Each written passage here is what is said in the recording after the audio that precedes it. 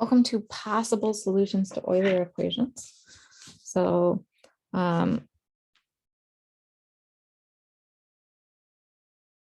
let's consider the Euler equation.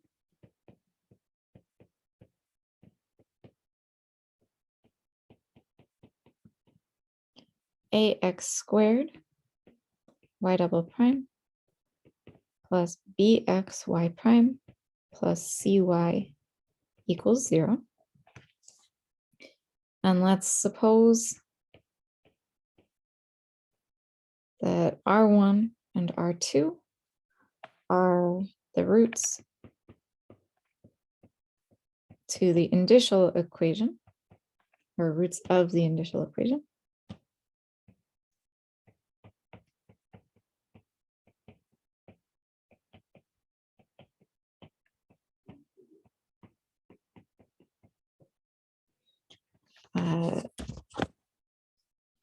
The roots of the initial equation, A times R minus 1 plus BR plus C equals 0. We can always rearrange this as AR squared plus B minus A times R plus C equals 0. So if R1 and R2 are the roots of this equation, then the general solution takes one of the following forms.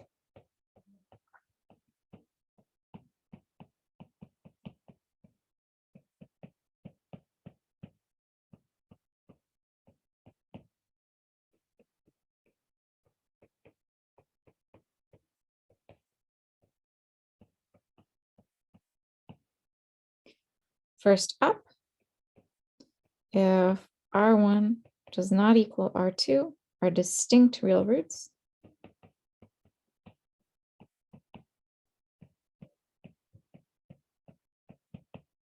then we have y is equal to C1 x to the R1 plus C2 x to the R2.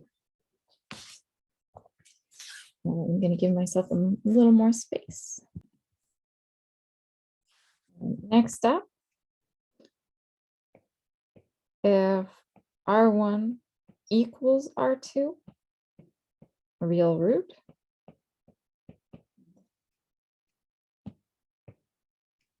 then we get that y is equal to C1 x to the R1 plus C2 x to the R2 times the natural log of x.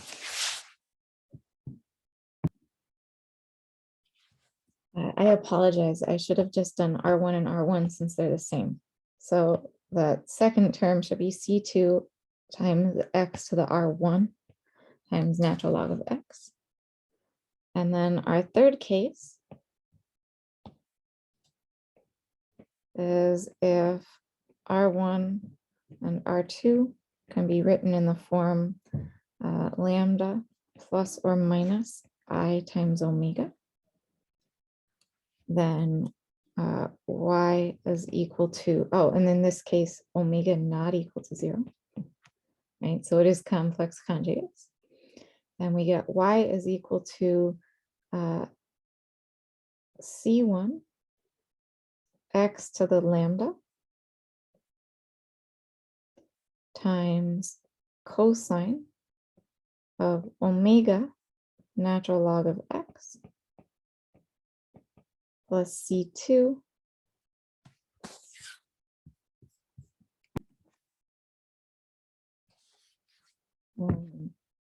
plus C2 x to the lambda sine of omega natural log of x.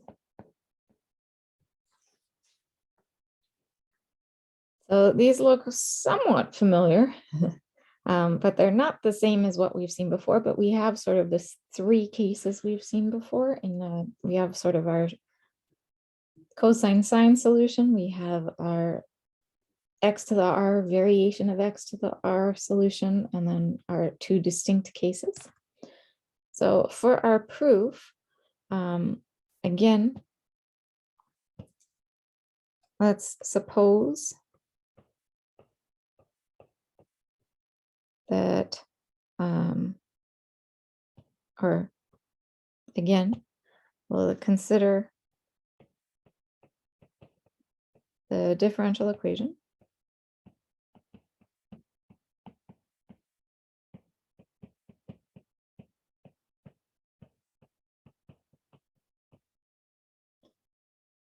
Ax squared y double prime plus bx y prime plus cy equaling 0. We're going to do a little odd thing here. So with indicial equation,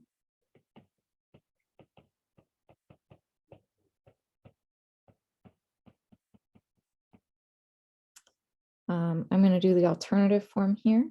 So ar squared plus b minus a times r plus c equals 0. And now let's set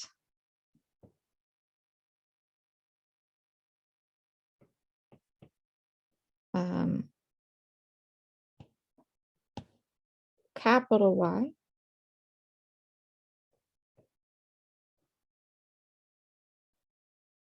equals y of e to the t, where lowercase y is a solution to the original differential equation.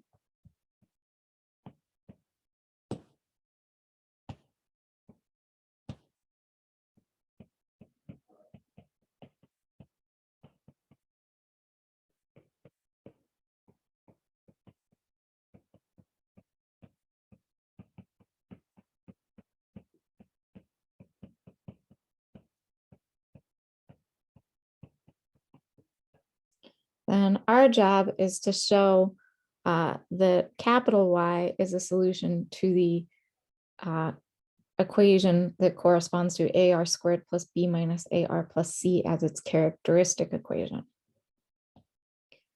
So, and I claim that capital Y is a solution to a y double prime plus b minus a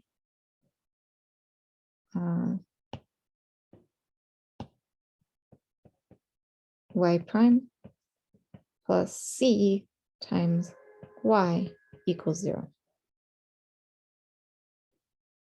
So proving this interior claim, right, we have y is equal to y of e to the t. If we look for dy dt,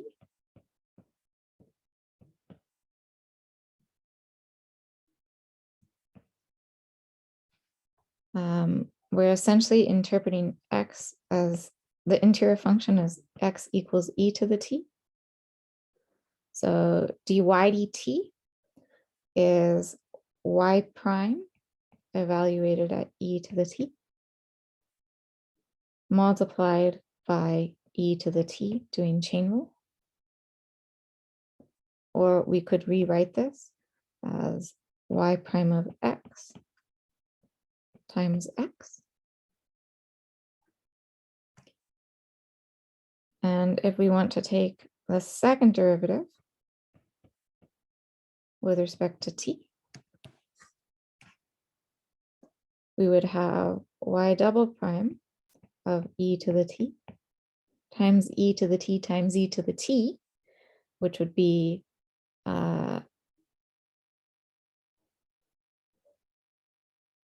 times e to the 2t. And then we would have plus y prime of e to the t times e to the t.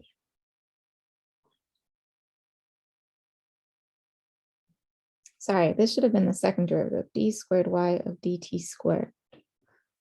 Right, so the second derivative of capital Y is this y double prime of e to the t times e to the 2t. That's doing product rule, taking the derivative of the first term y prime of e to the t, And then we would add plus y prime of e to the t times e to the t. That's product rule taking derivative of the second term. So this becomes y double prime of x times x squared e to the t times e to the t is x squared if we're treating x as e to the t, plus y prime of x times x. So if we plug this into our capital Y equation, so plugging in to the equation a capital Y double prime plus b minus a times capital Y prime plus c times y equals 0. We have a times lowercase y double prime of x times x squared plus lowercase y prime of x times x. Then we have plus b minus a times y prime of x times x, then plus c times y of x. Oh, I apologize. All right, there we go. So this is the left-hand side. We're trying to see if this is equal to 0. This becomes ax squared y double prime using the lowercase y plus ax times lowercase y prime plus b minus a times x times y prime, lowercase y prime, plus c times y. Again, we're wanting to see if this is equal to 0. And then again, we have ax squared y double prime, or plus ax y prime will cancel out with that minus ax y prime. So we just have plus bx y prime and plus cy equals 0. And by definition, lowercase y was a solution to this equation. So by definition,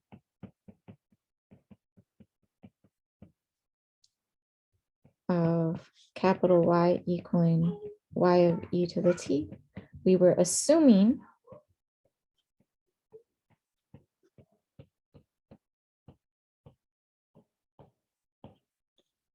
lowercase y satisfied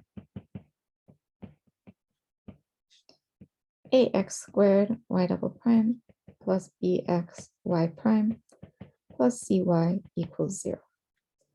So what we get then is we essentially can boil this problem down to solving a capital Y double prime plus b minus a y prime plus cy equals 0.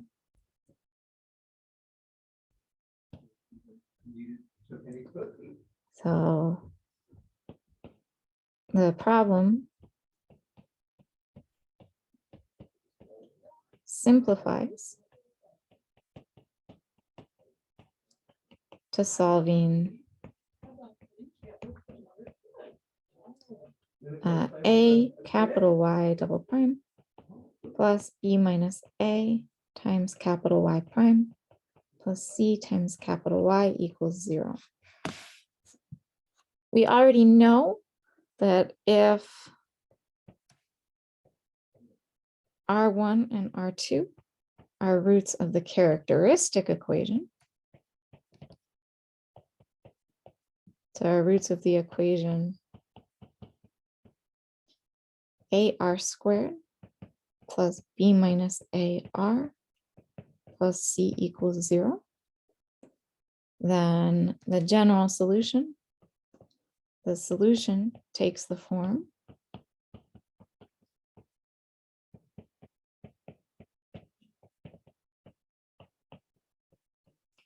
first case scenario. We just have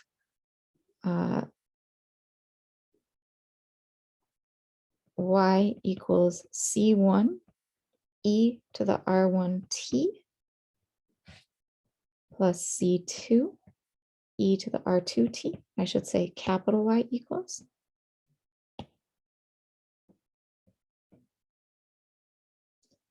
If R1 is not equal to R2, distinct real roots.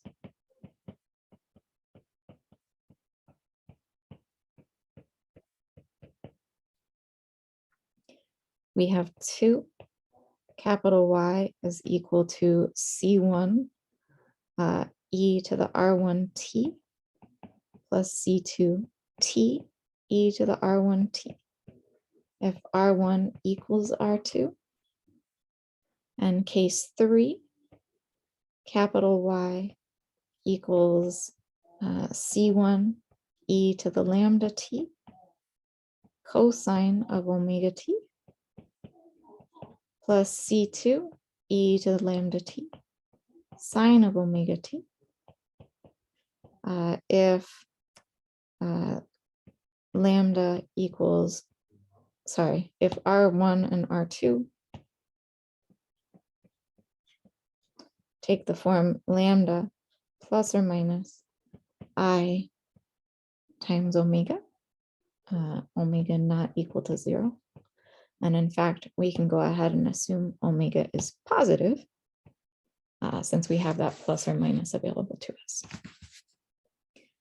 So, but y of t was defined as lowercase y of e to the t. So if we set x equal e to the t, then we get lowercase y of x is just equal to capital Y of natural log of x. And so we get our 3 cases we just had. So we get y of x takes one of the following forms.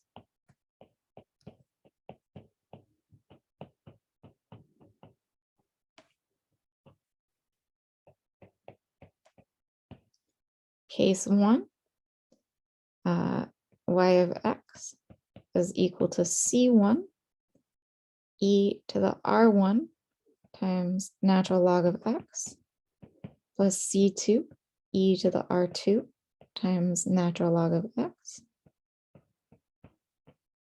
which is just C1 x to the R1 plus C2 x to the R2 in the case that R1 is not equal to R2, distinct real. Case 2, lowercase y of x should be equal to C1 times e to the R1 times the natural log of x plus C2 times natural log of x times e to the R1 natural log of x. And this becomes C1 times x to the R1 plus C2 times x to the R1 times the natural log of x. Again, this was in the case that R1 equaled R2.